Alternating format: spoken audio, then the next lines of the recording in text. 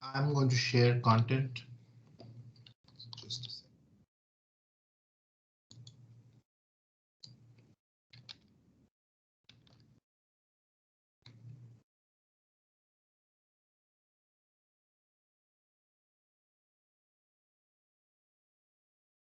So, Gunjan, can you see my slide deck in the presenter mode? Yes, sir. Okay.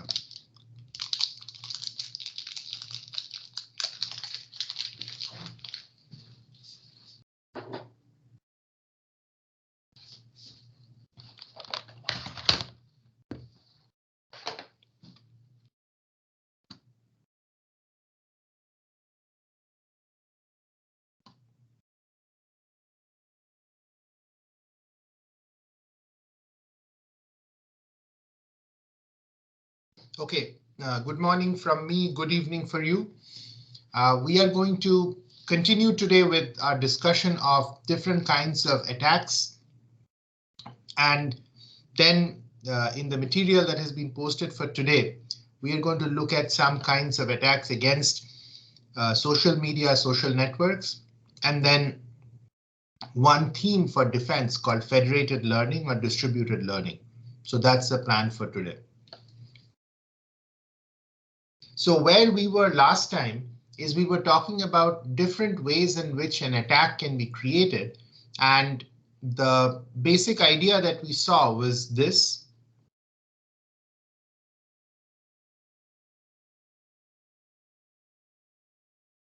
Whereby the attacker is trying to solve this optimization problem.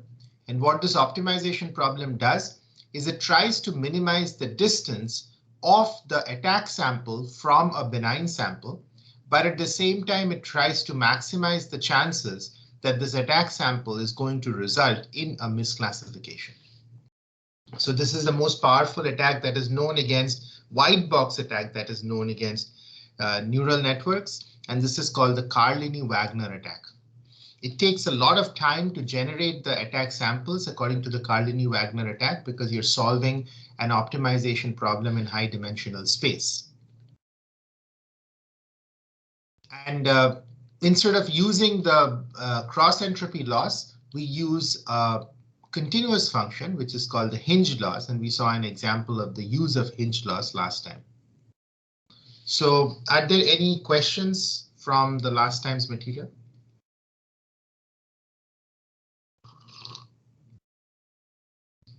Okay. So now let's think about a kind of attack called the data poisoning attack.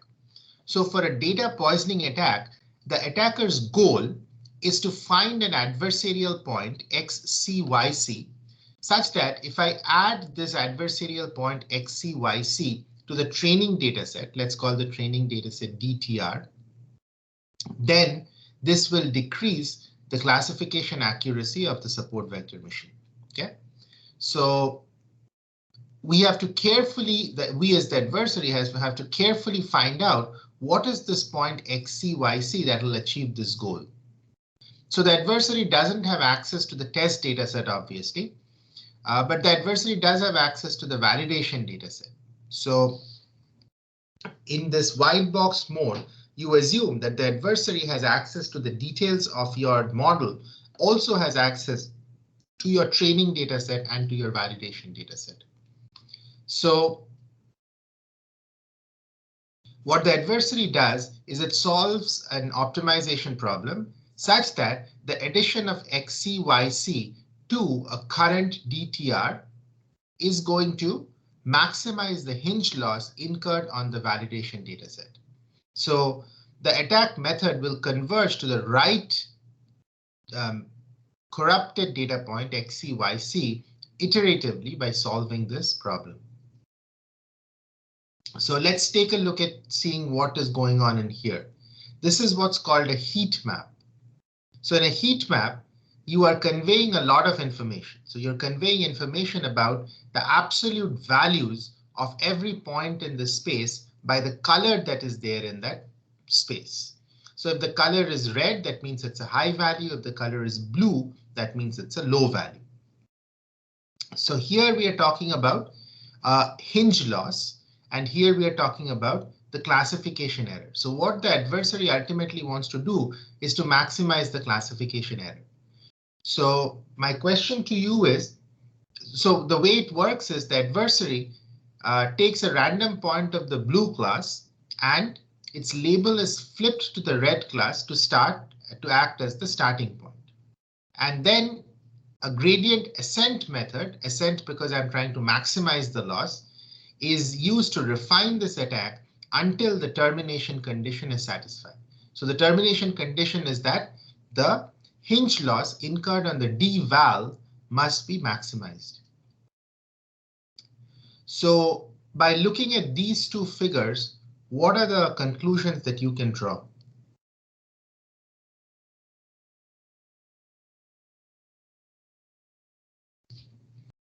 And same as last time, when you were responding to a question, please turn on your video and respond. And I do mean it to be highly interactive, so I'm willing to go slow so that I have a chance to hear from many of you.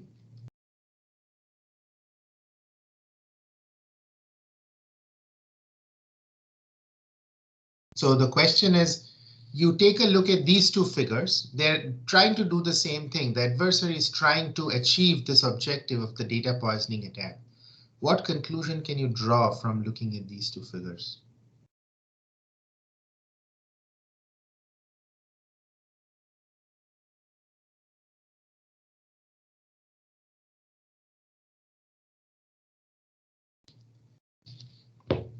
Okay, let's make the question a little simpler. From an adversary's point of view, does it want to converge to a red point or to a blue point?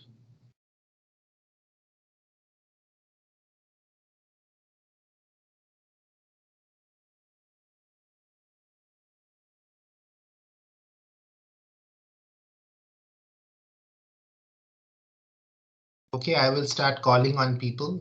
You can give me your suggestions, and there are no wrong answers in here. I just want to hear what you're getting. How about Shagnik? Can you tell us what you think? Is the adversary trying to arrive at a red point or a blue point?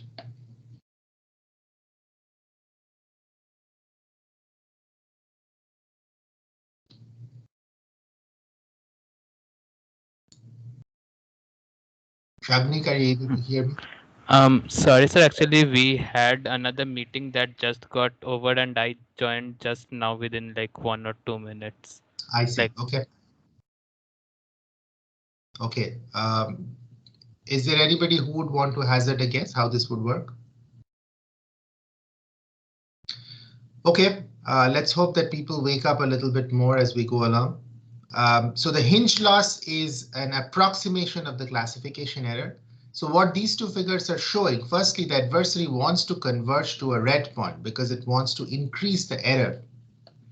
What this is showing is that if I as the adversary use the hinge loss in order to converge, that also leads to a high classification error. So the two are going hand in hand. So the fact that I'm using the hinge loss as a proxy for the classification error works quite well in this case. So the adversary is able to create an attack, which data poisoning attack, which is able to decrease the error of the classification significantly. Does that make sense? Yes, sir. Okay. So now let's talk about white box versus black box attack. So in a black box attack, the attacker has a query access to the classifier, so it can send examples to the classifier and get responses, but it does not have access to the data set that the original model was trained on. So typically with a black box attack, the question is, can the adversary approximate the classifier age used by the defender to near arbitrary precision? So the answer to this is, while this approximation is hard, given enough number of samples that the adversary can send along, this is possible to do. So the adversary keeps sending these queries X, getting the responses H of X from the model, and therefore eventually it is able to approximate this classifier H to an arbitrary degree of precision. And therefore, as I mentioned the last time, what any reasonable defense against machine learning algorithms has to take care of today is it has to take care of the ability to withstand white box attacks. And white box attacks are the kind where the internals of the models are known, as well as the data set that the model was trained on is also known.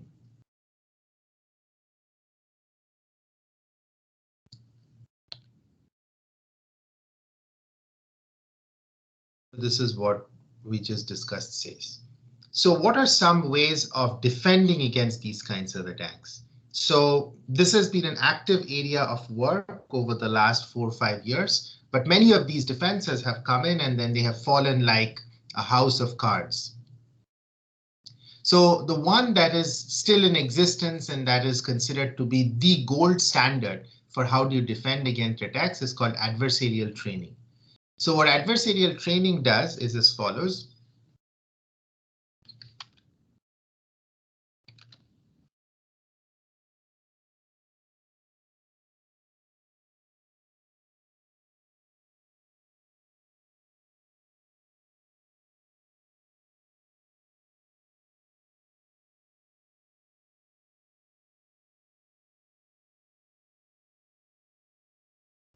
Gunjan, are you able to see the whiteboard from my iPad? Yes, sir. Yes, sir. It's Okay. visible. So with adversarial training, what happens is this. So typically you have a training data set that you use to train your model. So with adversarial training, what you do is you augment this training data set. So this training data set becomes a set of benign examples, which was originally in the training data set, plus a set of adversarial examples.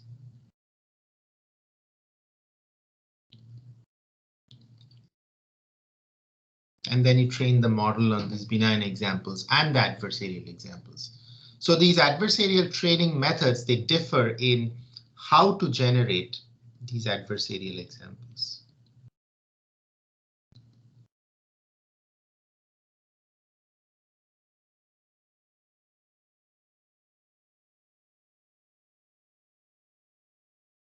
So for those who are interested in this field, and this is a very promising, rich field, lots of papers, lots of funding, lots of people working on it.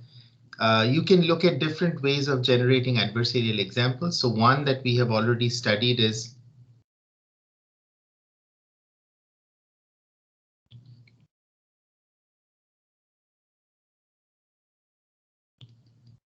Carlini-Wagner CW. And here you have variations like Carlini-Wagner L1, Carlini-Wagner L2, Carlini-Wagner L infinity. So what do you think Carlini-Wagner L1, L2, L infinity they mean?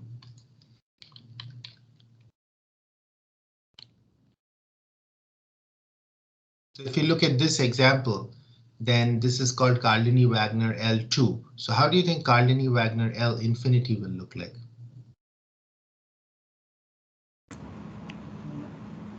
We will take the infinite norm instead of just the uh, L2 norm. Very good. So instead of the L2 norm, which we are taking here, in our The infinite. Carlini-Wagner L infinity, we will use the L infinity. And if you remember, the L infinity norm is just the single largest absolute value in a vector. So that's how you define the Carlini-Wagner L infinity. Now, the other important class of attacks that are used for generating adversarial examples for adversarial training are PGD.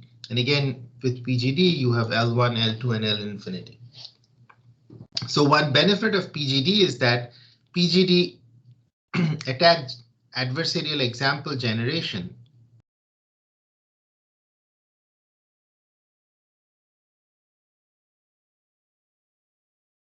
is faster than in Carlini-Wagner, but the quality of adversarial examples is still good.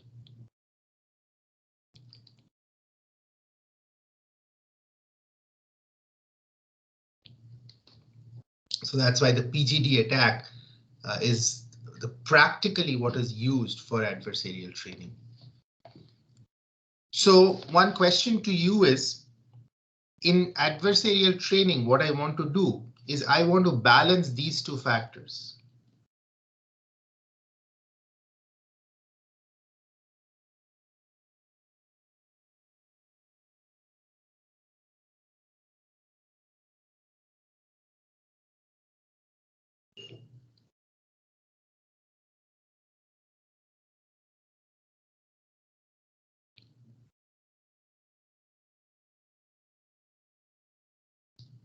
I want to balance the robustness against the adversarial examples. That means that my model needs to be secure against adversarial examples.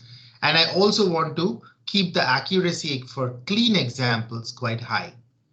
So what do you think would be the tuning knob that I can use in order to trade off these two factors? Typically, when one goes up, the other will go down, but there is one tuning knob that I can use. What do you think is the tuning knob?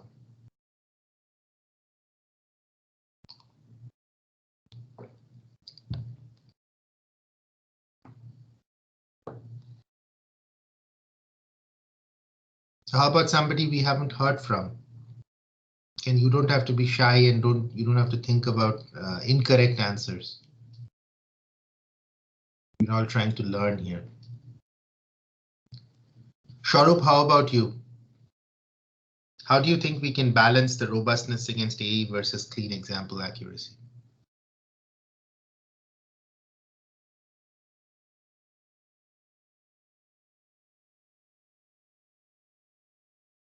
Okay, I'm willing to go stay quiet to get you to think and answer. Shubham, how about you?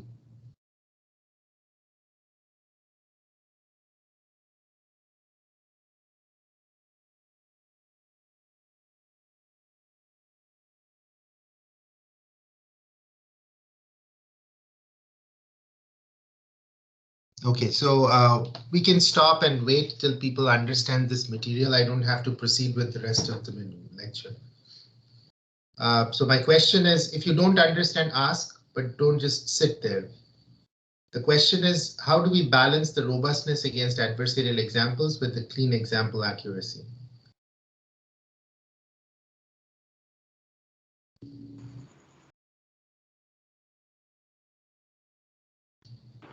Sir, could you give us an idea about what kind of norm we are talking here? What kind of norm? Yeah, you told what norm would be a good would be able to balance this out. So if you could give us an example. So let's say you're given that we are using L2 norm attack.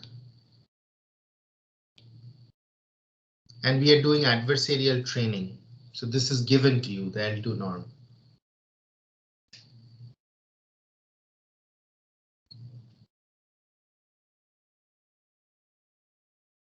So note here how we are augmenting the benign data set with the adversarial examples.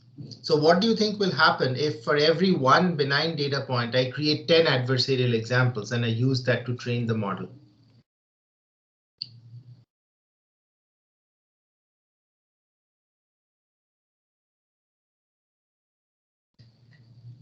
Will that favor the robustness against AE or the clean example accuracy?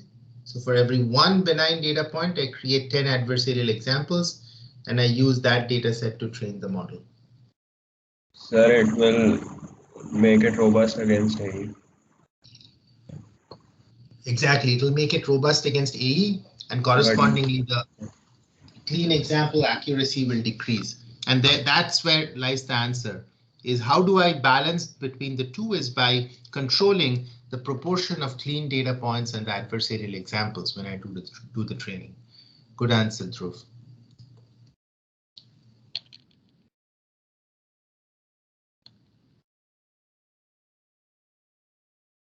Okay, so this is adversarial training. The second idea is called defensive distillation. So with defensive distillation, what you do is, in the traditional case, you would learn your model by feeding it certain labels. So the labels would be yes, this is a truck, this is a car, this is a bicycle. Now, instead of training using these quote unquote hard labels, what you do is that you give them soft labels, meaning a particular image. You say this is 95% car, but 5% truck. Another image, you say this is 80% cat, but 20% this is the probability of dog. So now you train it using these soft models, soft labels, and it has been found that the resulting model is robust to various different kinds of attacks. So we already talked about adversarial training, and this stuff we've gone over. It's important enough that it bears repetition. Is any technique, any defensive technique that you're given, you have to ask this question. Is it secure against a zero knowledge attack? Is it secure against a black box attack? Or is it the best of all worlds? Is it secure against a white box attack even? So here is a very simple example of adversarial training in order to detect adversarial examples. So this is a problem that is quite important called adversarial example detection. So the idea of this approach is that instead of trying to make your neural network robust against adversarial examples, what you try to do is if an example is coming into your system, which is adversarial, you try to detect it ahead of time and just throw it out so that your network does not even have to process that example. So what you do here is that you create these adversarial examples using Cardini-Wagner or PGD or what have you, and then you assign them to a new class, the n+1th class. So let's say your n classes are the digits 1 through 10. So you create an n+1th class and you assign all these adversarial examples to be this n+1th class. So now when you are classifier is working on production data, what it does is instead of doing the n-way classification, it does an n+1-way classification. So what do you think will be the decision algorithm for your algorithm that you're trying to make secure? At production time, you feed in the data. How will you know if this example is adversarial or not? Any volunteers for answering?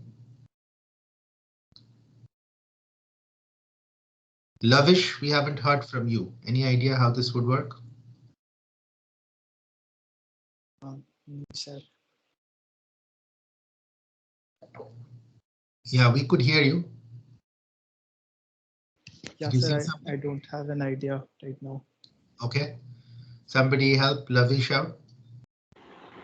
Sir, if the maximum probability is in the n+1th class, belongs to n+1th class. Very good. So at production time, I'm going to see if the classifier predicts that the image, that the example is in the n+1th class, and that will tell me that this is a adversarial example, and then I can disregard the adversarial example. So schematically, this is what adversarial example detection systems look like.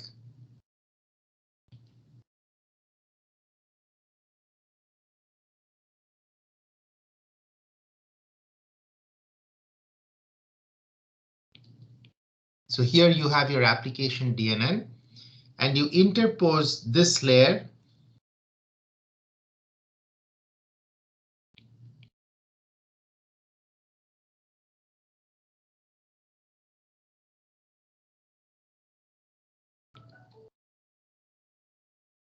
which is the adversarial example detection before that.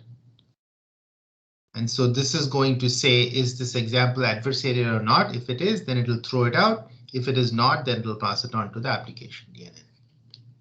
Any question?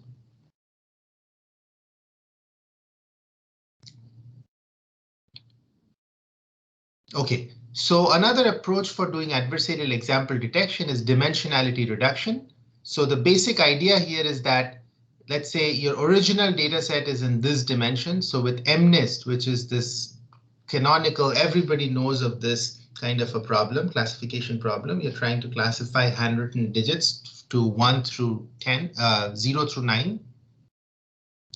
And what you do in here is this is 784 dimensions. So you reduce this to a much smaller dimension, so say 20 dimensions.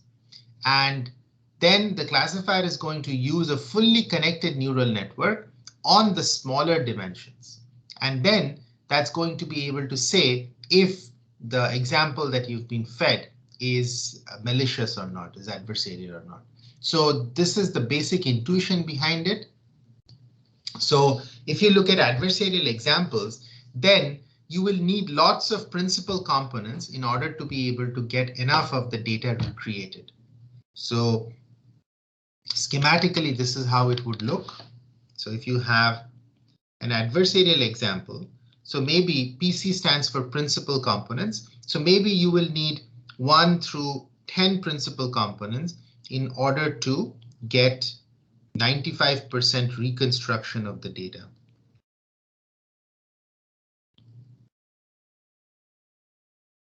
So let's say your original number of dimensions is much higher. Your original number of dimensions is 100. These are just toy numbers, but with benign examples, when you do principal component analysis, maybe you only need the top 3 principal components in order to get 95% reconstruction of the data. So this is used as the trigger to tell if your example is adversarial or if it is benign.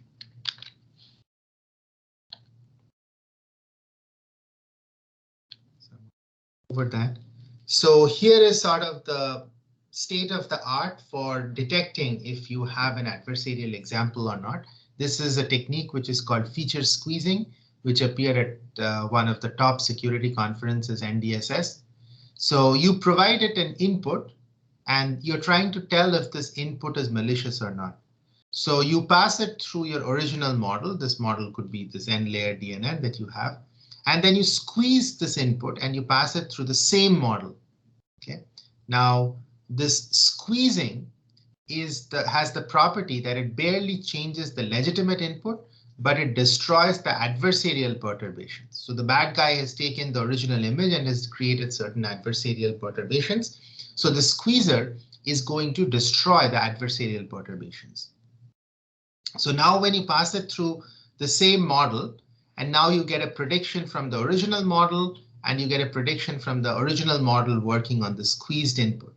And then you look at the difference between these two predictions.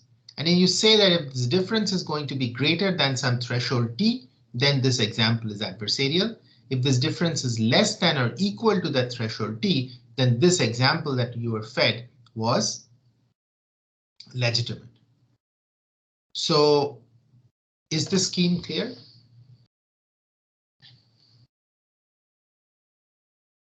And I have the word L1 in this box in here. What do you think is happening in this box between prediction 1 and prediction 0?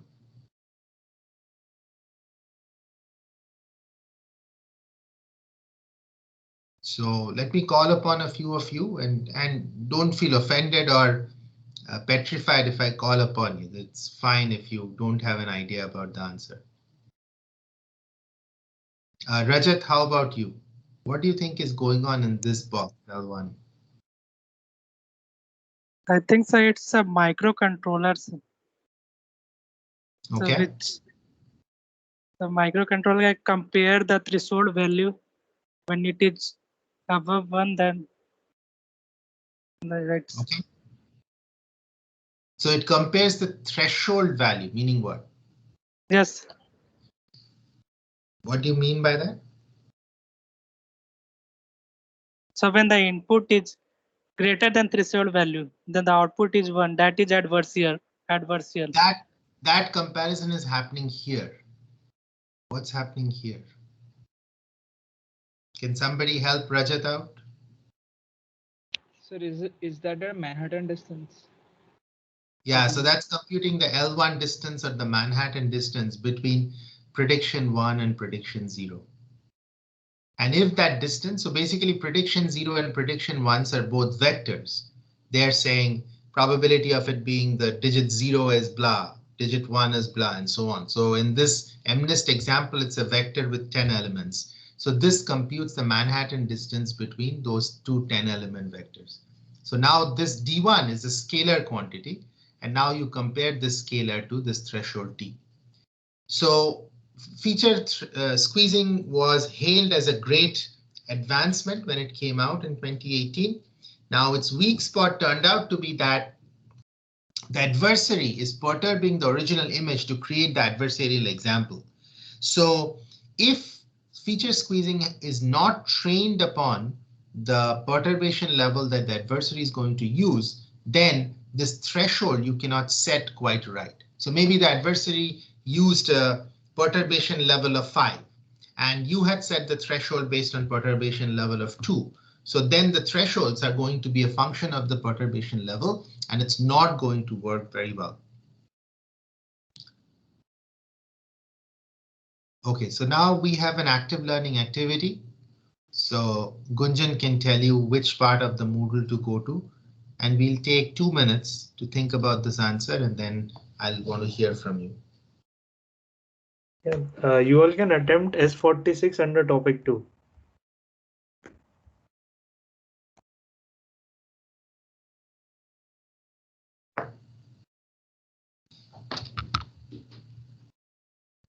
In the meantime, if anybody has a question on feature squeezing, please ask. So what are we actually doing in feature squeezing? If you could explain how that works. So what we are doing in feature squeezing is going back to what I was drawing here. You have this adversarial example detector, and then you pass it on to the application DNN. So feature squeezing is an instantiation of this adversarial example detector. It is trying to detect if an input fed into your model is adversarial or not, and if it is, it's going to throw it out. Does that help? Like, sir, a bit more mathematical detail, like what is actually, like, is the input image is basically it's basically a data consisting of pixels, right? Yes. So what does the squeezer do on that?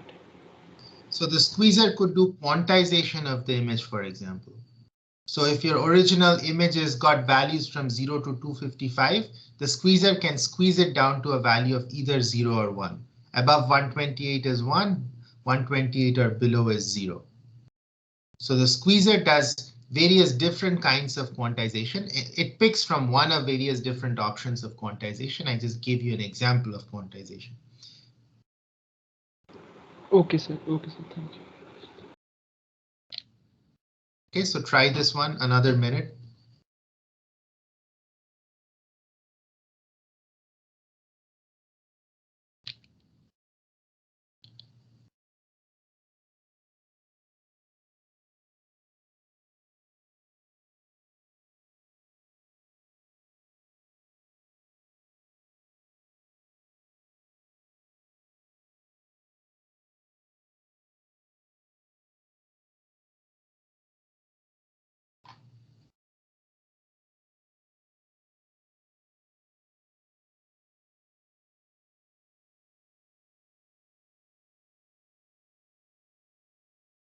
Okay, so what's going on here is that I have this threshold line tau.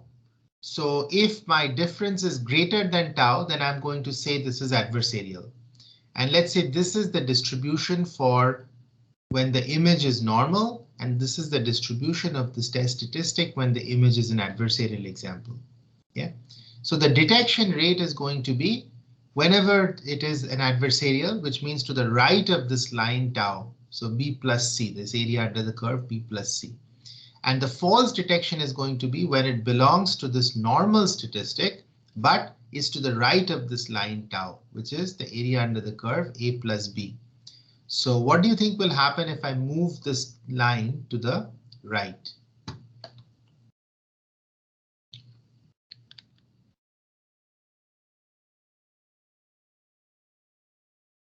Yes. Both will decrease. So Debashish says both will decrease. Does anybody have a different opinion? Debashish, can you explain why both will decrease? And you can turn on your video when you're responding. Yes, we can see you. Yes, if we move the threshold to the right, the area of A will decrease, and same with B. Very good. So the detection rate will decrease and the false positive rate will also decrease. So which of these two is the good thing? It's a not good thing, sir. Huh? Which of these two is a good thing, is a desirable property? Not, If sir, we are not desirable. decreasing, it's desirable. FPR decreasing is desirable, DR decreasing is not desirable. Exactly. Very good. Okay, so we are going to wrap this up by just giving you a flavor of some work that we have done building upon the feature squeezing approach. So in the feature squeezing approach, what they did is they converted these vectors into a scalar by taking the L1 norm distance. So rather than that, if you keep this to be a vector, so you just take this as gx minus gxq, this is the squeezed path, this is the original path. And this zx is now a vector, difference of the two logits. So if you have k classes, let's say in the MNIST example, you have 10 classes. So then Zx will be a vector of size 10. So you pass that through an adversarial example detector, which is a simple, fully connected neural network. And if the result from this simple, fully connected neural network is greater than a threshold t, then you say that this is adversarial. If it is less than equal to some threshold t, then you say it is good. So just by converting that, leaving that as a vector and passing it through an adversarial example detector, a neural network of its own, we are able to get much lower false positive compared to feature squeezing. So the open research problems in this space are, how does your model balance the three facts? We talked about balancing against benign examples and adversarial examples. There is a third factor involved as well, which is called naturally corrupted examples. So this adversary is not solving an optimization problem to create an adversarial example. Rather, this is naturally corrupted because of dirt on the camera lens, because your camera was shaking when the picture was taken.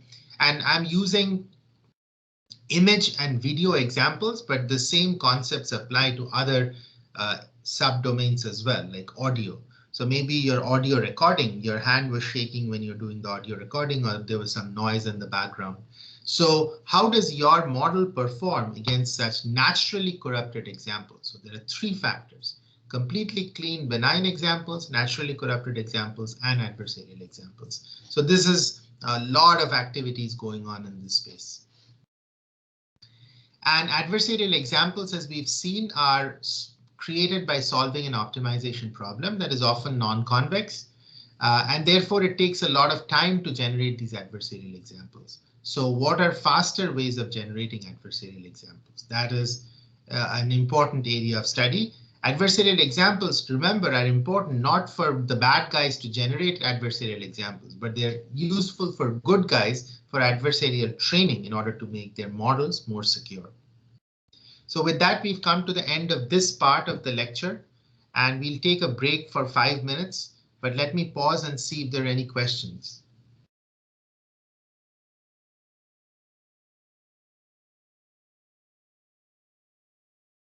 Very good. So it's 9:45 by my watch, and we'll come back at 9:50. And I will repost the link to the feedback form. So please go in and fill out the feedback form. That's useful for me to know which parts you're understanding, which style is working, which style is not working. Okay, 5-minute break.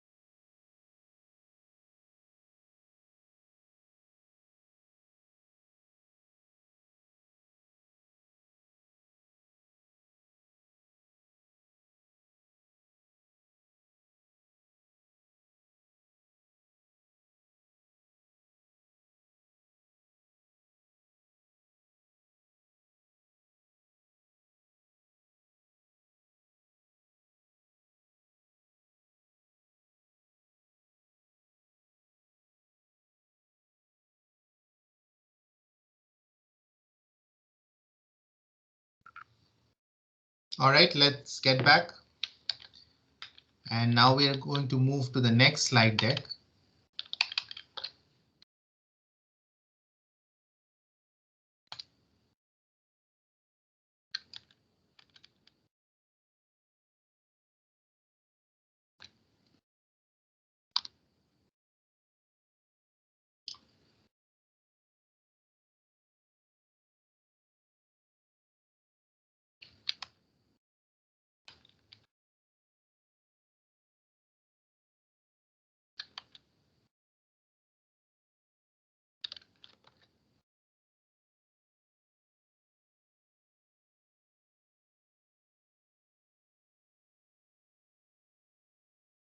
Gunjan, can you confirm that you're able to see the slide deck which says lecture 6?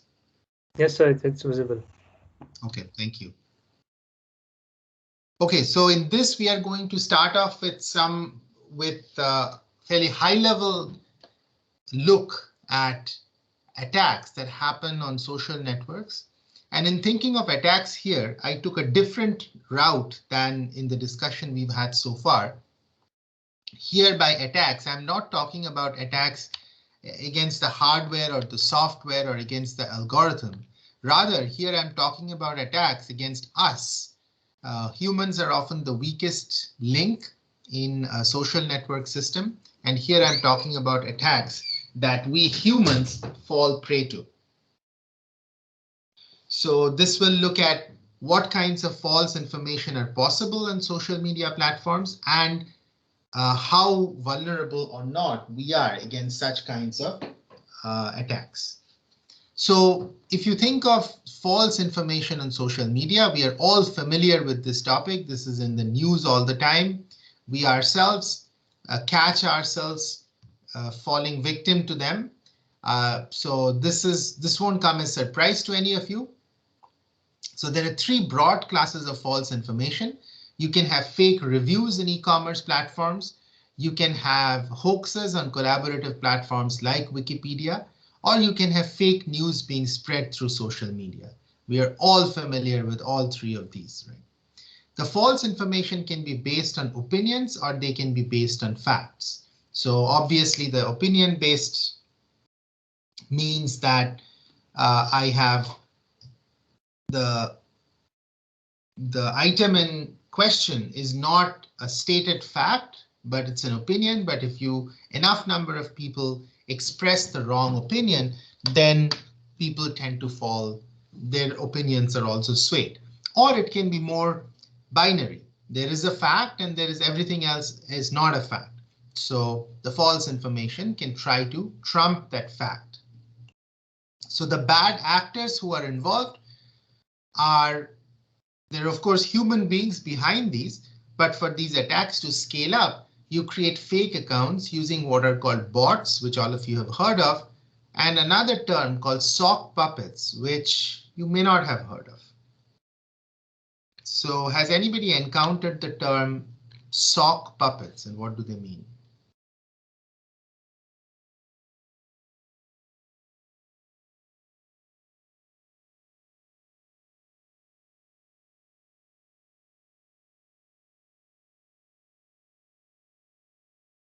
So sock puppets means that I create one bot, one malicious entity, and this malicious entity creates clones of itself.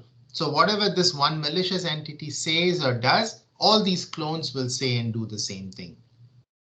Whereas in the case of bots, they could be doing slightly different things, all geared toward this one goal. So and these tend to amplify the effect of the attack by either rebroadcasting this content or by increasing the trust by sending more likes, more number of followers, what have you, by increasing the trust in another bad actor. So that's how these attacks propagate and amplify. So here is one categorization that is come to be accepted in the literature. So the false information can be based on either intent or it can be based on knowledge. And within the intent, you can have misinformation or disinformation. So misinformation is something which is wrong, but without malicious intent. And disinformation is something which is wrong, and it is created to be wrong with malicious intent in there. And knowledge, as we just discussed, could be either opinion based, like in fake reviews, or it could be fact based, like in hoaxes. So now we're going to take a look at some of the root causes of these kinds of faults or failures. So one of the top conferences, one of the two top conferences in this field, I would say, is WWW, World Wide Web Consortium. So this is a paper from WWW in 2016, which did a very thorough empirical study to see how effective are human beings in telling hoaxes or fake reviews or fake news. So since then, this kind of study has been repeated many, many times, and the findings have been relatively stable. So in this example paper, what they did is they created a set of hoax articles on Wikipedia by recruiting hoaxsters, and a total of 320 pairs of hoax and non-hoax articles were created. And each pair was shown to 5 different workers on Amazon Mechanical Turk. So these workers were asked to distinguish between the hoax articles and the non-hoax articles. And what they found is that the humans were able to correctly identify the hoax articles only 66% of the times, which is just barely better than random guessing, which would give you 50% accuracy. And interestingly, even trained and trusted Wikipedia volunteers, who are called patrollers, make the similar mistakes by approving long and well-referenced hoax articles. So below this, you will see 3 plots, and there are 2 categories, the easy hoaxes and the hard hoaxes. So easy hoaxes means that it's easy for these workers to tell them apart, and hard hoaxes is the opposite of that. So if you look at these 3 plots, what conclusion can you draw? And you can discuss amongst yourselves. So why don't you form teams of 2, sort of impromptu teams within yourself, discuss amongst yourself. You have out-of-band mechanisms for discussing using Skype or even here using chat. And then one group can tell me what conclusion can you draw from these 3 plots.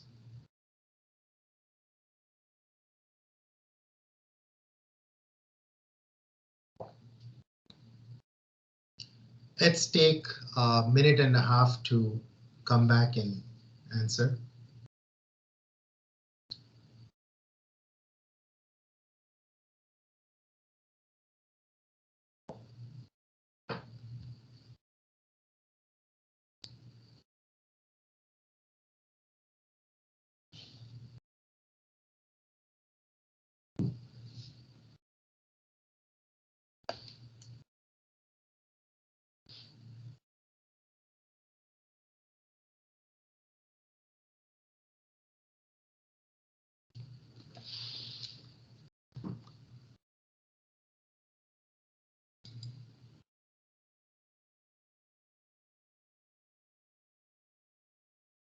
Okay, so any team, any takers?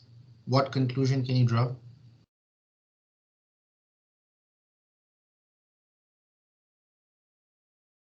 Srishti, what do you think?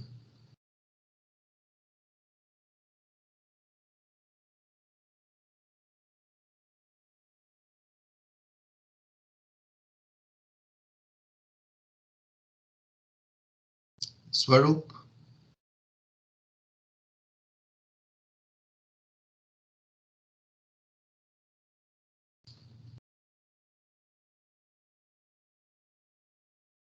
Okay, I'm prepared to wait. This is not that hard of a question anyway. Kshitij.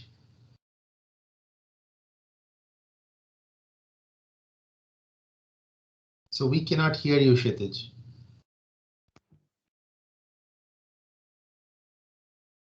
I hope I'm audible now.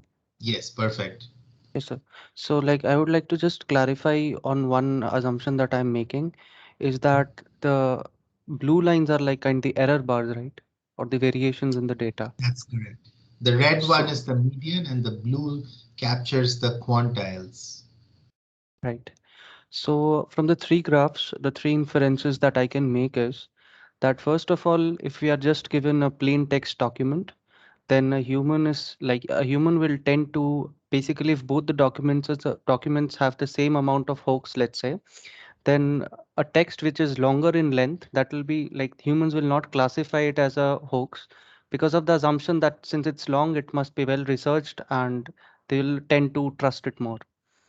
For the wiki link density, basically it talks that if an article is referencing a lot of, let's say, an article on Wikipedia, if it's referencing a lot of articles within Wikipedia itself, without like the human, like the person, the patroller is going to think that if it has more references to articles, then basically it has drawn information and it has like more links, so it may not be a hoax. And finally, plain text to markup ratio. Basically, in this, the hard hoaxes lie on the lower ratio because like lower ratio means the markup is more as compared to the plain text, which means that a more of like plain text markup is more like let's say something code or some scientific text which is technical. So in that case, creating hoaxes in that may be considered not possible, and hence it will be difficult to classify that as a hoax. Excellent. You have explained it better than in the original paper. Very good job.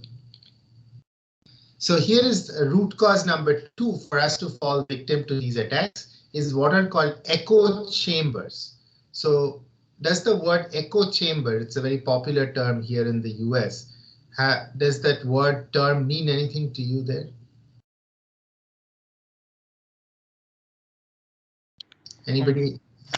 No.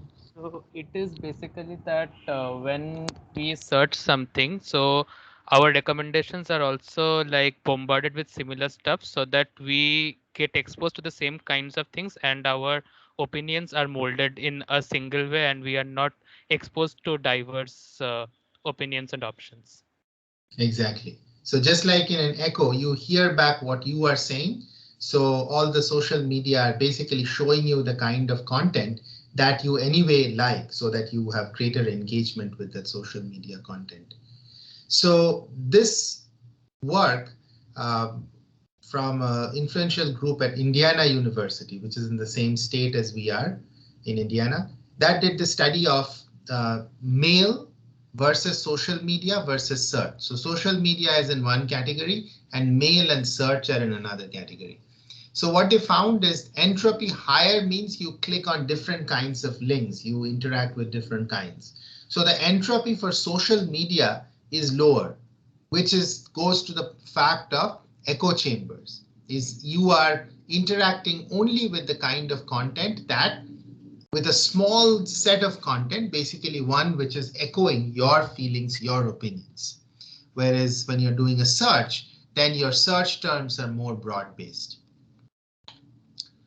Now, here is another figure from the same paper, and the caption is telling you that each circle represents a unique website, and its area is proportional to the number of pages accessed on that website. So if you have large circles means and smaller number of circles means you are interacting with a fewer number of elements. But each of these elements you're interacting for a longer period of time. So what you have in this quadrant is mail, this quadrant is search, and these two quadrants are social media. So on the top half, what you have are individual behavior, and on the bottom half is what you have from a collection of users. And in each case, a random sample of 50 links was taken for a period of 1 week. So if you look at this plot, what conclusions can you draw? So again, take a minute, discuss in your groups of 2 if you want to, and then come back.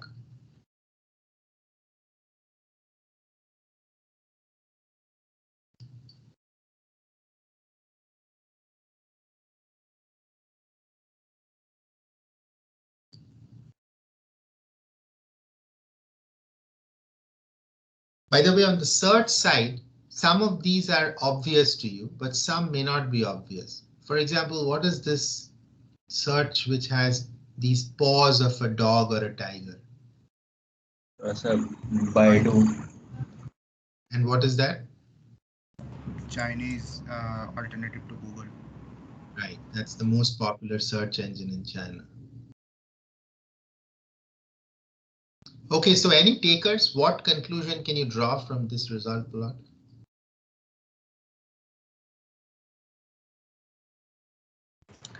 Any misinformation, if it wants to be spread, can be spread via Twitter or via social sites as compared to mails and A category A. So Suash gave an answer. Anybody wants to expand on that answer?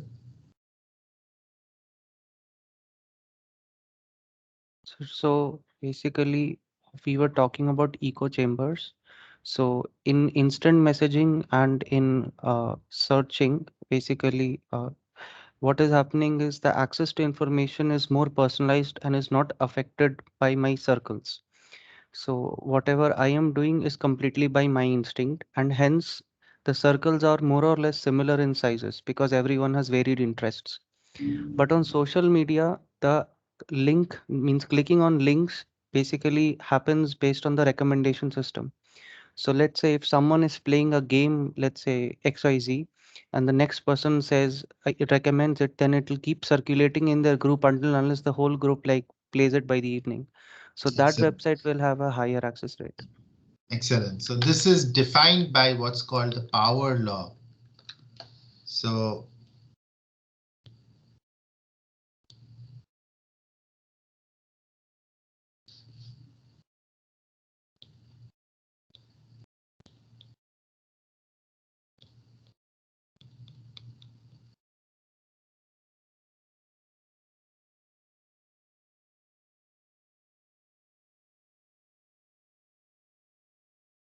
So what this means is, and I'm sure you've seen this at some point in your lives, is that some of these websites will get lots of clicks, and then there is a long tail which will get very, very few number of clicks. And the same phenomena is observed in social media. So the slide was not visible, like whatever. If you drew something on the pad, it was not visible. Yes, I did. So let me close that app and restart it.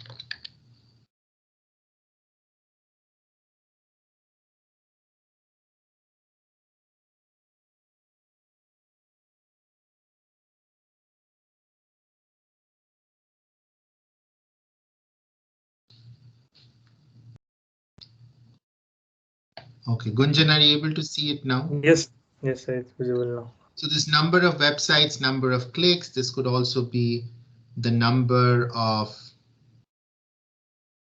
tweets and the number of shares on the tweets. So this kind of a power law phenomena is seen in many, many, many different ways on social media. Okay, so the next kind we are going to study is opinion-based false information. So here, as again, all of us know, is that fake reviews are a big problem in social media because we all rely on reviews in order to guide our buying decisions. So this has been a long area of study in the literature. How can I use different kinds of attributes of reviews in order to characterize fake reviews? So the 5 main categories of features, attributes that are used in this kind of categorization are looking at text, using at natural language processing on the text, looking at characteristics of the ratings, looking at temporal characteristics, how do these reviews change over time, looking at graph structure of the people who are submitting the reviews. Are the people who are submitting the reviews followed by lots of other people on social media, or are they loners on social media? And then a catch-all bucket called other attributes. So let's take a look at 2 plots in here. This first plot is looking at the absolute values of the rating. So let's say, like in typically used, the ratings can be on a scale of 1 to 5, 1 being poor and 5 being great. So you have the suspicious, normal user reviews in here. So what you see from here is that review spammers either have highly positive views or highly negative views. That's why you have these big bars on 1 and 5. And this is showing the time between posting 2 reviews. So that's the delta. And here you see that these are bimodal distributions. But the 2 bimodal distributions, the blue one corresponds to the non-spammer, the legitimate reviewers, and the red one corresponds to the spammer reviewers. So what conclusion can you draw from this plot?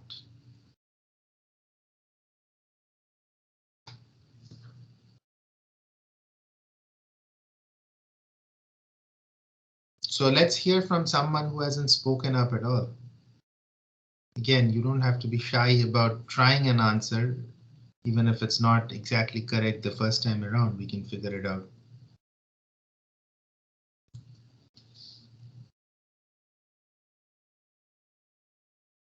Yatindra, do you have an idea what you can read from this figure?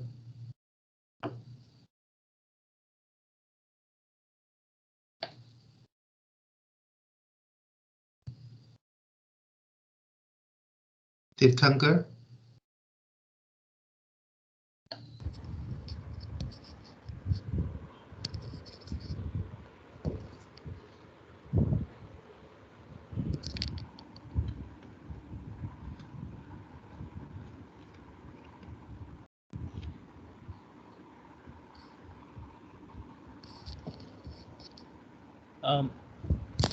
Hello, am I audible?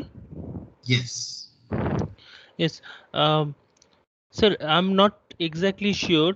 It looks like that um, the um, the real trends, that means that are not the spams one, that have um, so it would be continuing. Its gap will be higher than the not legitimate news. Why?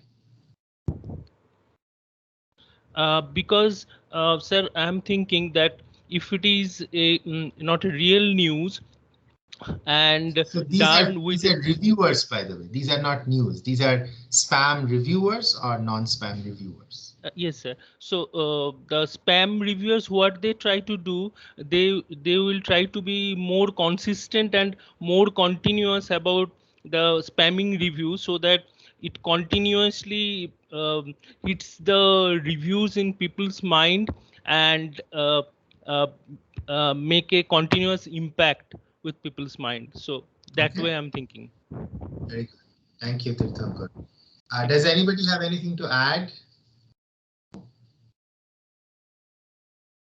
So what happens with these spam reviews is oftentimes they're auto-generated by software.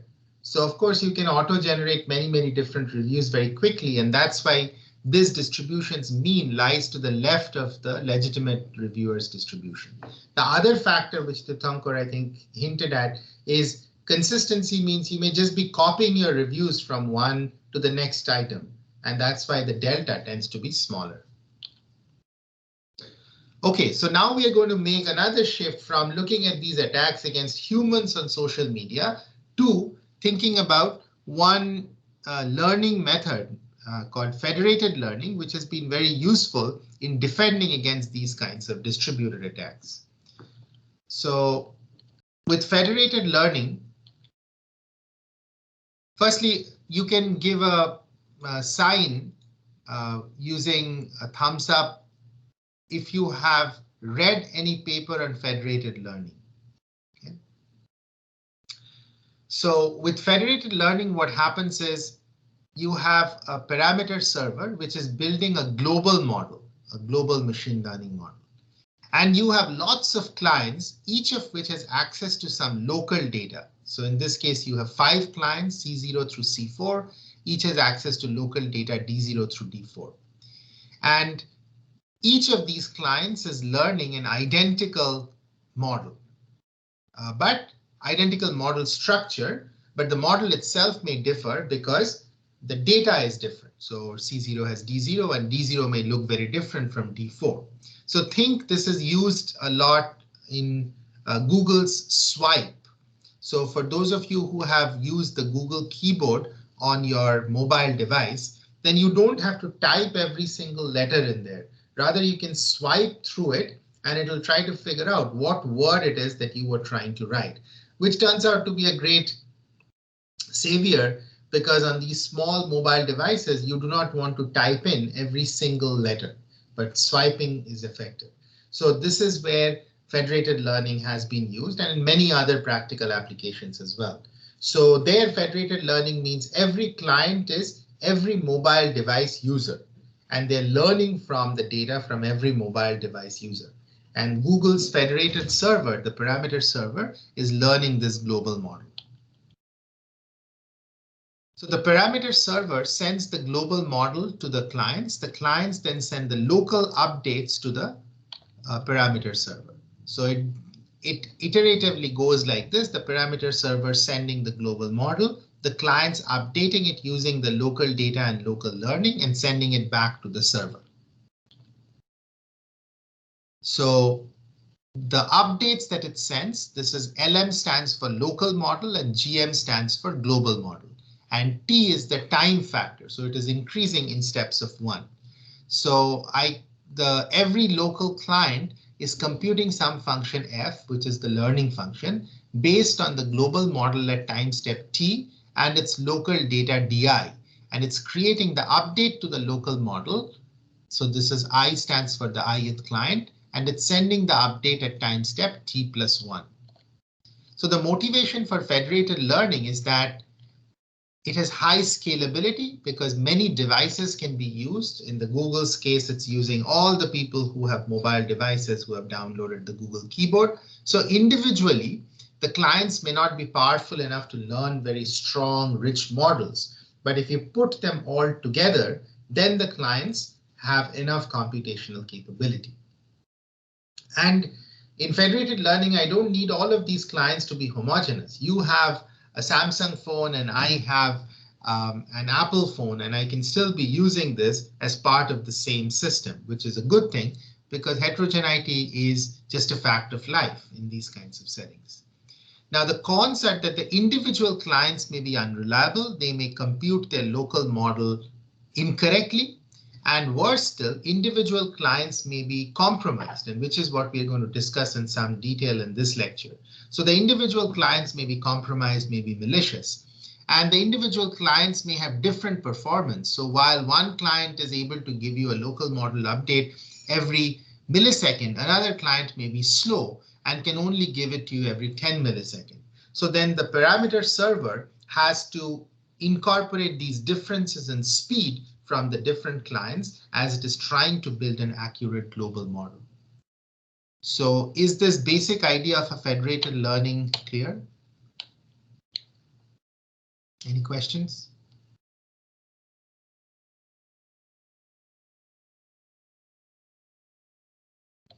Okay, so the advantage with federated learning here also is that individual clients can maintain the privacy of their data since they're learning the local models based on the private data, and they're not sharing this private data with the parameter server. However, this has become a cat and mouse game where there have been information leakage attacks where even though the local clients are not sharing their local data, still it has been possible to deduce the local data. And it is difficult for individual clients to control this privacy trade-off. So more private I want to keep my data, the less accurate the global model is. So for example, I can create approximate gradients as the local clients and send the approximate gradients to the server, but then the accuracy of my global model suffers. So this is a picture from Google. So you have all of these mobile devices which are acting as the local clients, and they're running something called TensorFlow, which all of you know of by now. And the server is doing the federated training. And then once the federated training is done, then it pushes out this model to all these people who have installed Google's swipe keyboard on their mobile devices. So this is a smaller set of clients which are trusted, which are well controlled, which are used to generate this training data. And once this is going to be deployed, it's deployed out in the wild to everybody. So this is the typical pipeline for federated learning. First of all, you have a client selection, which clients you're going to use, which clients you're going to work with. Then you broadcast the global model to these selected clients. The clients update the global model with create local model updates, and then they send the local model updates to the parameter server. Aggregation happens at the parameter server. The model is then updated at this parameter server, and then the model is sent back to the clients. And these steps from 2 through 6 keep iterating till you reach convergence. And typically you need like anywhere between 500 to 10,000 rounds, depending upon how large of a data set, how diverse the data set is, how many clients are there. You need between 500 to 10,000 rounds till your global model converges. So before we go into the active learning activity, are there any questions about the federated learning setup?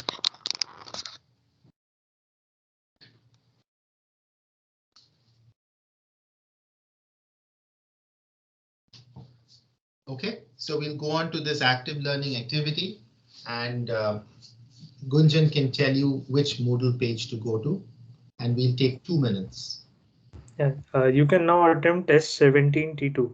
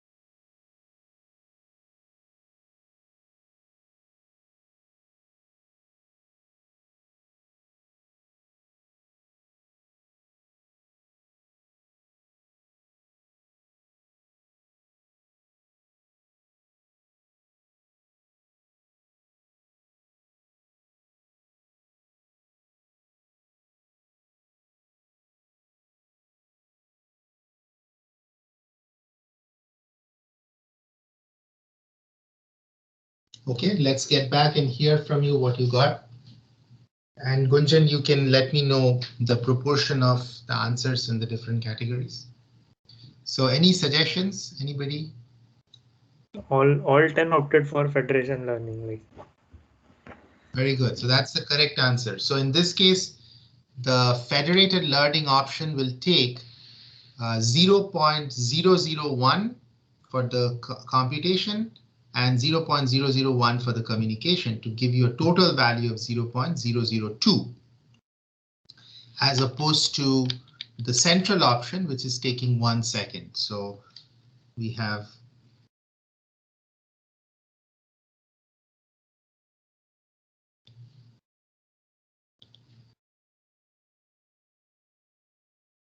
I have a 50x improvement in the speed, or 500x improvement in the speed by using the federated option. So note that if the computational cost, if the compute to communicate cost, this goes up, then that favors federated learning. If on the other hand, the communication becomes expensive, then that disfavors federated learning.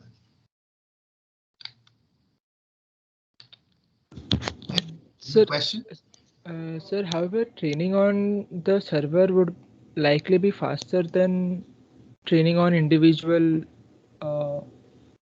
individual clients. Yeah, note that when I'm training on the server, I just have one resource.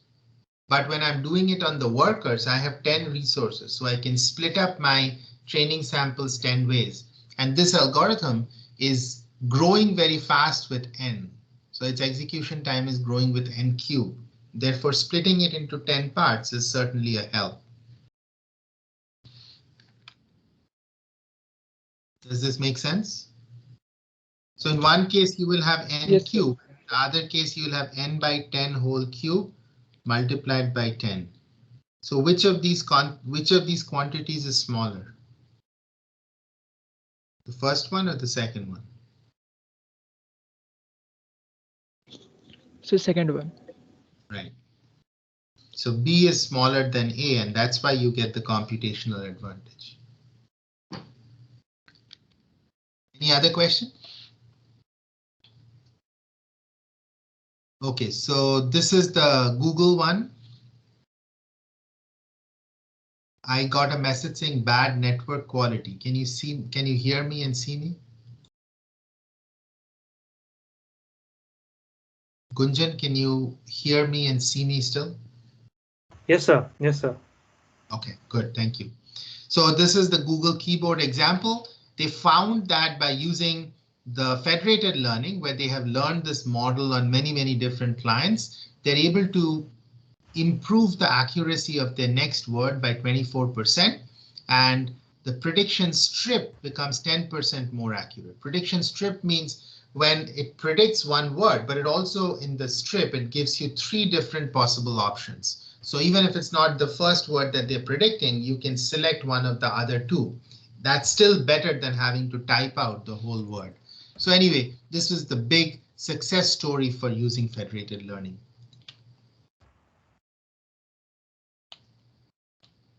So now the question is, how do I do the aggregation at the aggregation server for the federated learning? Aggregation from all of these local clients. So the simplest form of aggregation, which is still very widely used in practice, is called the naive mean aggregation. Okay. So this naive mean aggregation, what it does is it looks at all of the local models, and then it combines all of these local models by doing a simple averaging. Okay. So let's say here I have 3 clients and I have a total of 4 parameters. So what I would do is that I would do an average across these 3 clients. So for the first parameter, the average is 0.0. The second parameter, the average is 0.1, 0.3 divided by 3. The third parameter, the average is 0.1 again, 0.2 plus 0.1 plus 0.0 divided by 3. And for the fourth parameter, the average is 0.2. And then there is another parameter that is important, which is called the learning rate given by eta here. So eta here is 0.1. So my global model is updated like this. GM of t plus 1. So in epoch t plus 1, it is GM of t minus eta into the averaged updates from all of the clients. So I get this value by doing the simple naive mean aggregation. So with naive mean aggregation, the pros are obvious that it's very simple algorithm, but the con is that it is very easy to skew this gradient by having even a single malicious worker. So what we do instead is what's called a Byzantine robust aggregation. So with Byzantine robust aggregation, I don't use the simple naive mean aggregation. Rather, I use a more sophisticated scheme. And in this more sophisticated scheme, what I do is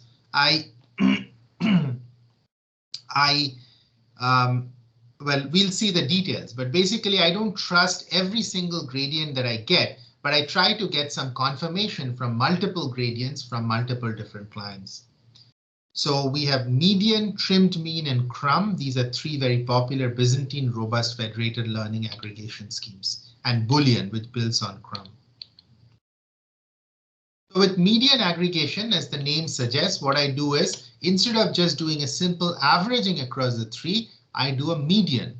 So in this example, the second parameter is going to be different between the naive mean aggregation and the median aggregation. In the naive mean aggregation, the value is 0.1. In the median case, the value is 0.0. So my question to you is, which of these two schemes, the mean aggregation versus the median aggregation, will be more resilient to adversaries?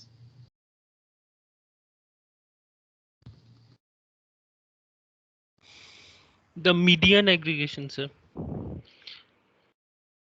So Titankar, can you turn on your video and let us know Sure. why you think it will be median? OTP आया होगा ना?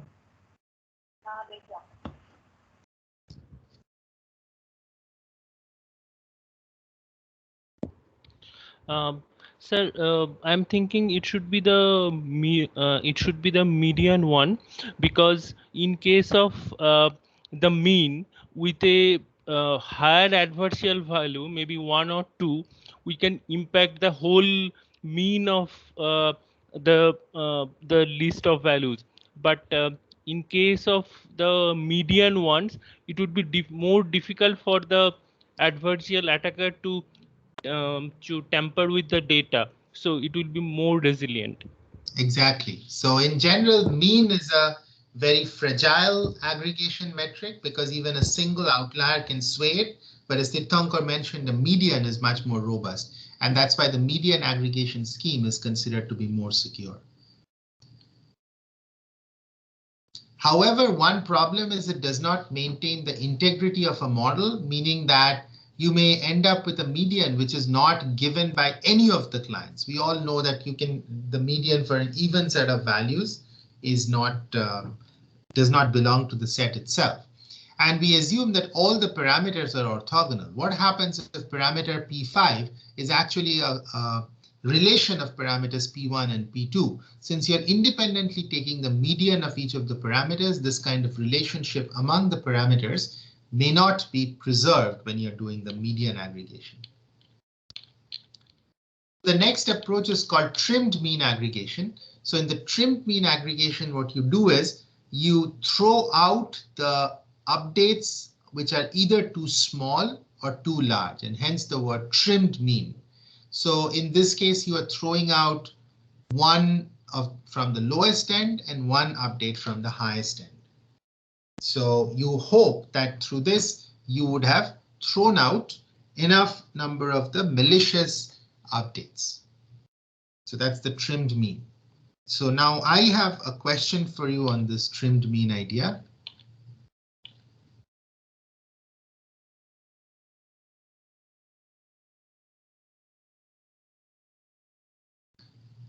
So let's take a look here. So let's say I know that the number of malicious clients that I have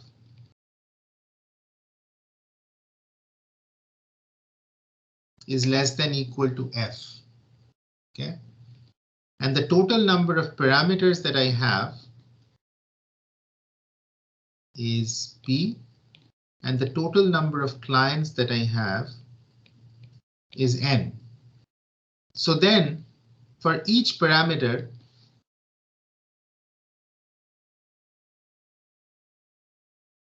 I'm going to get this vector. So I have two questions. One is, what is the length of this vector? And when I'm doing trimmed mean, how many values should I trim?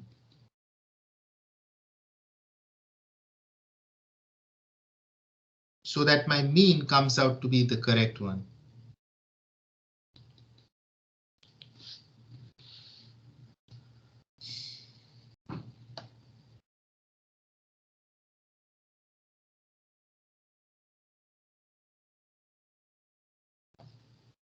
So let's hear from you.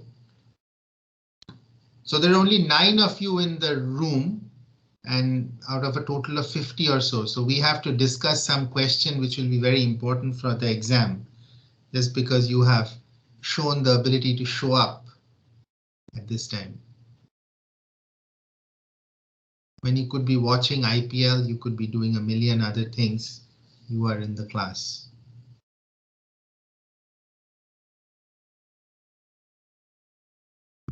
Okay, so what do you think? Length of the vector and how many should I trim? Any ideas? Or Chishman, what do you think?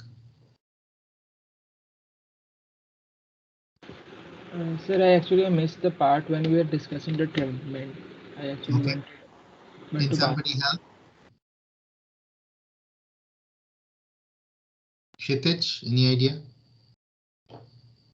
Sir, I am still trying to process the idea. Okay, so the length of the vector is going to be n, the number of clients. And if I throw out f from the low end and f from the high end, then I'm guaranteed that I've thrown out all of the malicious clients inputs. So I trim by removing a total of 2f, f from each end. So I'm not going to go over this example. You can see this, how the trimmed mean does eliminate the effect of a few malicious clients. So in this case, I'm losing the updates from up to 2F clients when in reality, we may not have F bad guys. In reality, the number of bad guys can actually be smaller than this.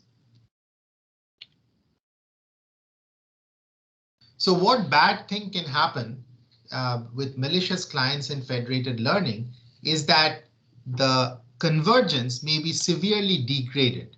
So this is the simple toy problem where I'm trying to converge to this minima, but because of the imperfections of federated learning and with malicious clients in there, what could be happening is I could constantly be bouncing back and forth between these minima points and never converge. So here is the next active learning activity. I'm doing trimmed mean aggregation, but I suspect that some clients may be compromised. So I suspect that, okay, so the parameter that I use for trimmed mean beta is equal to 5, and you can refer to the previous slides to understand what beta is. The number of parameters is 10 to the power of 4, and the number of clients is 100. So what is the minimum number of clients the adversary must compromise to throw off my trimmed mean aggregation? So now I'm looking at it from the point of view of the adversary. How many clients must I compromise as an adversary in order to defeat the trimmed mean aggregation? So think about it for a minute and then we'll come back and hear your answers.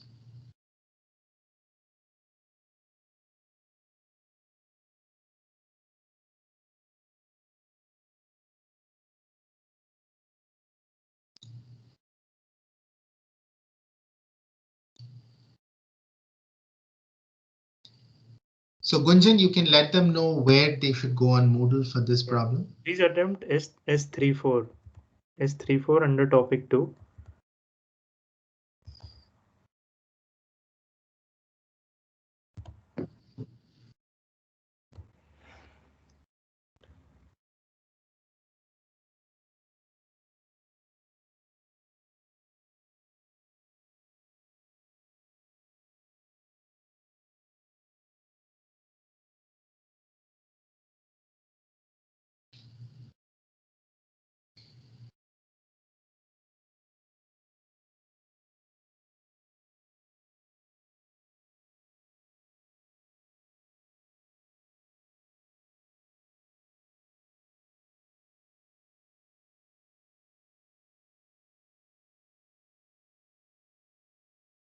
Okay, let's hear from you. Which one do you think will work?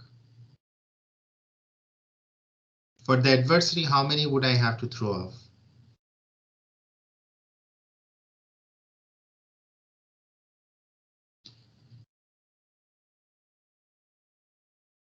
So let me help you some.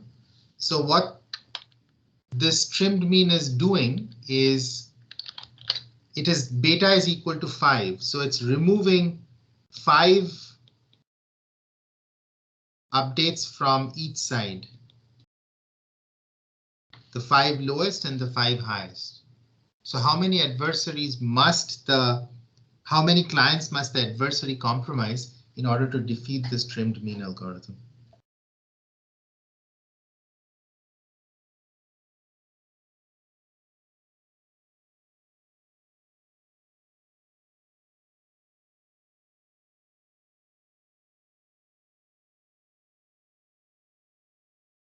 Yes. So if the adversary compromises 6 or higher number of clients, that means at least one bad client's input will be taken into account, and therefore the trimmed mean algorithm will be thrown off. So the correct answer here is going to be 6. Gunjan, you can let me know how many attempted and how many got it. 6 people answered it. 6. Okay. So total 8 attempts. Okay. So the next approach for secure aggregation is called CRUM, and this is after a historical figure from Bulgaria who was a tyrannical ruler but a very successful warrior. So what he did is, what the CRUM aggregation does is, it selects a single model. So it gets a lot of model updates from all of these clients, but it finds the single model which has got the closest distance to its m minus cmax minus 2 closest neighbors. So of course these details elude you now. You have to read the original paper if you're interested. But cmax is the maximum number of clients that can be compromised. And for each of the updates, you find out it's m minus cmax minus 2. M is the total number of clients, number of closest neighbors. And as long as Cmax is less than equal to m minus 2 by 2, so roughly half of the total number of clients, as long as it is less than that, then you will have convergence. So the basic intuition behind CRUM is that the guy whose input I'm going to take is supported by lots of other malicious clients. So even if this selected model is malicious, if it is supported by lots of benign models, means the outputs, the updates from a lot of benign models is close by, then I'll know that, yeah, the effect of this attack is going to be low. So again, what it is doing is it's throwing away all of the updates except for one, but that one update that it will choose is supported by many clients around it.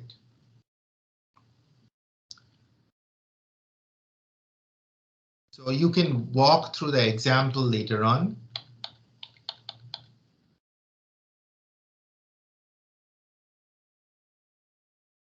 So the basic approach of CRUM aggregation is that it maintains the integrity of the model, and all the parameters that are updated are actually gradients sent by one client, as opposed to in the median case here, the update is actually sent by one client.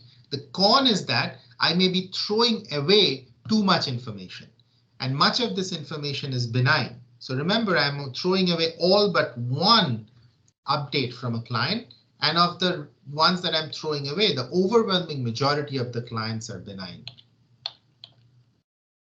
So then they came up with another technique which builds on CRUM called Boolean. So these were published at the top machine learning conferences, the ICMLs and NeurIPS of the world. So what Boolean does is it combines CRUM and trimmed mean in order to improve robustness. So it performs CRUM iteratively to choose not just one model, but a set of models, theta. And this is the requirement. Theta has to be less than equal to m minus 2c max.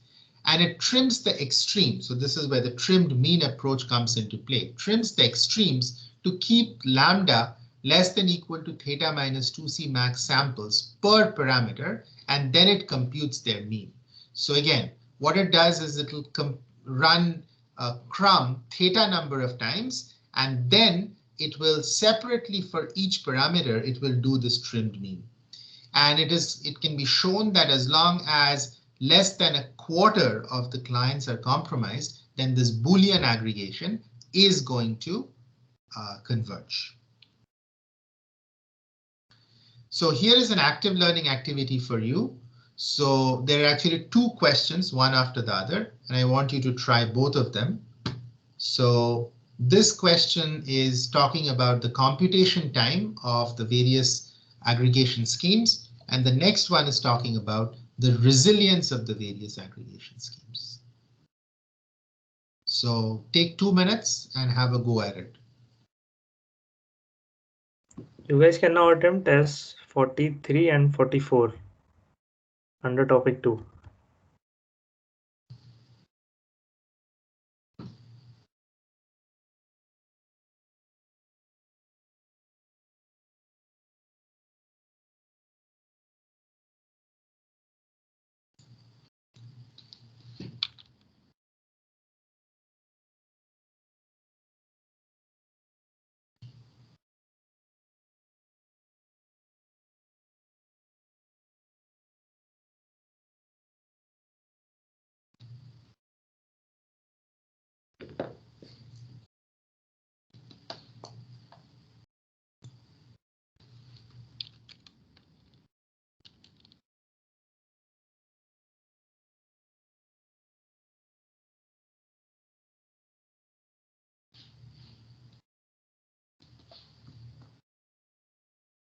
So here in West Lafayette, Indiana today, it feels definitely cold to the point where when I go out, I will need to wear a light jacket. And I'm seeing that in Kolkata, it is raining a lot and it is 30 degrees there. It is 16 degrees, very sunny here.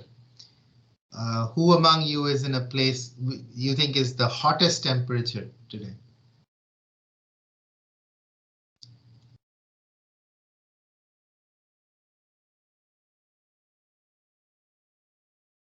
At any of your places, the temperature more than 30 degrees, you think? No, sir, 28, 28 with me. Which place? Hyderabad. Okay. Anybody in Kolkata? Yes, sir. Yes, sir. Yes, sir. And it's raining pretty heavily there? No, sir. Not No, today, sir. actually. I see. Yesterday it was raining pretty heavily. Today it's actually pretty quite sunny the entire day. It was the entire day. Okay.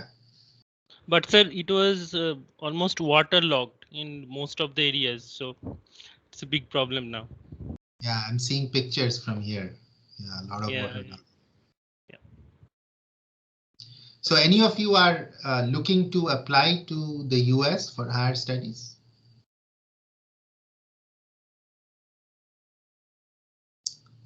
Yes, sir. To which kinds of schools do you want to apply to? By the way, here even universities are called schools. So you'll say, I go to school at Purdue University.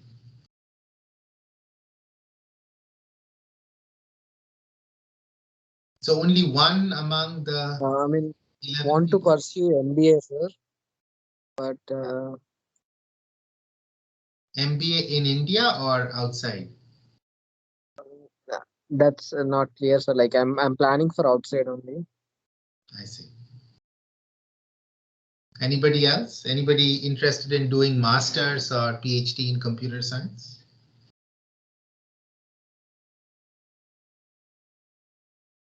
Sir, like not masters in computer science, but I am aiming for an like interdisciplinary masters in robotics. And you've identified, when would you be applying, and have you identified universities that you want to apply to? Sir, like I have made a pre-screening list, but I'm not rock solid on them because I have like more than a year to apply right now. Okay.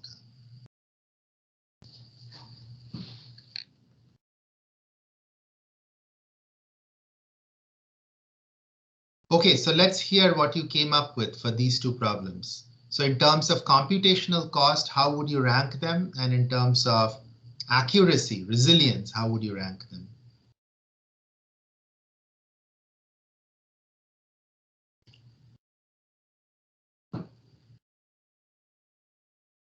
Anyone?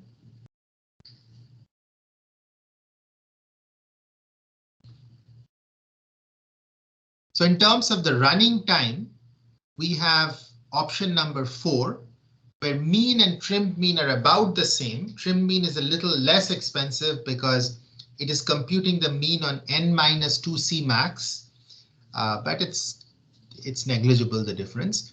And Boolean is a lot more expensive than Crumb. Remember, Boolean has to run Crumb iteratively multiple times. So option number 4 is the correct answer for that one.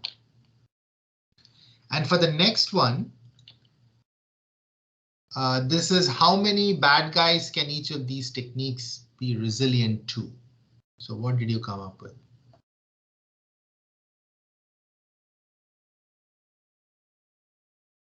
Kshitij, what did you come up with?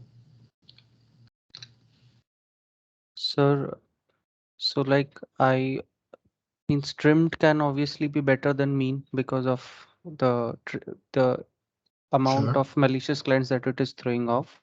Sure. And I assumed Crumb will be performing on a similar level as trimmed mean because it is dropping off a lot of benign examples as well. So the overall performance will more or less be the same. And Boolean, I did not think that much, but because Boolean has been described as the most efficient one, being most computationally complex, it must show better performance. So it turns out that if you look at an earlier slide, Boolean is only able to tolerate a quarter of the clients being bad. So it turns out that option number 4 is the correct one here, where Boolean shines is in the convergence rate because it is not throwing away so much information as Crumb is. So option number 4 turns out to be the correct one here. So we only have 7 minutes left. I don't want to rush through all of this, but I'll just give you the high-level view of attacking federated learning. So the basic idea in attacking federated learning, and then I want to leave 3-4 minutes at the end just to wrap up. So the high-level idea in attacking federated learning is you could do this through data poisoning attacks or through model poisoning attacks. So with data poisoning attacks, what you're doing is you are manipulating the training data that the federated learning technique is being trained on. Or you could be doing label flipping attack. So you could say that whenever the label is a cat, you're going to flip this to a dog. Whenever the label is school, you're going to flip this to a hospital. So specific kinds of label flipping attacks. But broadly in data poisoning, you're messing around with the data or the labels to the data points. And in the model poisoning attacks, they're usually untargeted, meaning they aim at increasing the test error rate. So you're trying to mess up the model so that the error rate on the test data is going to be high. And the most damaging kinds of model poisoning attacks are called untargeted model poisoning attack, which says that I don't want to change model to mispredict only on class A, but I want to change the model so that it mispredicts on any of the classes. So this pushes the global model far out from the optima. And here is one paper which is considered to be a state of the art in terms of untargeted model poisoning attack in the federated learning setting. So when you're thinking about attacks in federated learning, you have to think in 2 dimensions with respect to the adversary's capability. One dimension is what fraction of the clients are going to be compromised. So C out of the M models are compromised. What are the values of C? Is it 25%, 30%, 50%? The other dimension in which you have to think is the knowledge that the adversary has. So remember, we had talked about the black box attacks, gray box attacks, and white box attacks. So in a similar vein, here what you have is the adversary having partial knowledge, means it knows the gradients of only the compromised clients, or does it have full knowledge, meaning it knows the gradients of all the models, benign as well as adversarial. So of course it cannot change the gradients of the benign models, but it can know the gradients of all the clients. So that's the partial versus the full knowledge scenario. So the key idea of this untargeted model poisoning attack is whenever the model is trying to converge toward the optima. Let's say it chooses that the gradient direction is this way. The attack flips that gradient direction. It takes it the other way. So in this way, what has been shown is that it can be extremely damaging and it can throw off the convergence of the federated learning model. So this is right now a big open problem, is how do I create federated learning solutions which are resilient to powerful adversaries. So people want to use federated learning for all the good reasons that we talked about earlier. It maintains the privacy of the client data. It allows you to leverage lots of clients, but there is this big open problem right now. So with that, I will stop the technical part of the discussion. I'm happy to take any questions, suggestions, either technical or broader level. And please fill out the survey form yourself and also let your classmates know to fill that out. And here is a small incentive if enough of you fill out the survey form. So if 75% or higher of your classmates fill out the survey form, then in the exam, we'll give you 1 additional point to everyone. Of course, I won't know who all filled out, which I don't care, but as long as enough number of you fill out, because I will teach this kind of material many times, including here at Purdue later this semester. So I want to see what worked, what did not work. So 75% is that magic threshold. As long as 75% or higher of your classmates fill out, everyone gets that additional point in the exam. All right, so questions? Any of you have worked on security in machine learning? Any of you have plans of working on security in machine learning?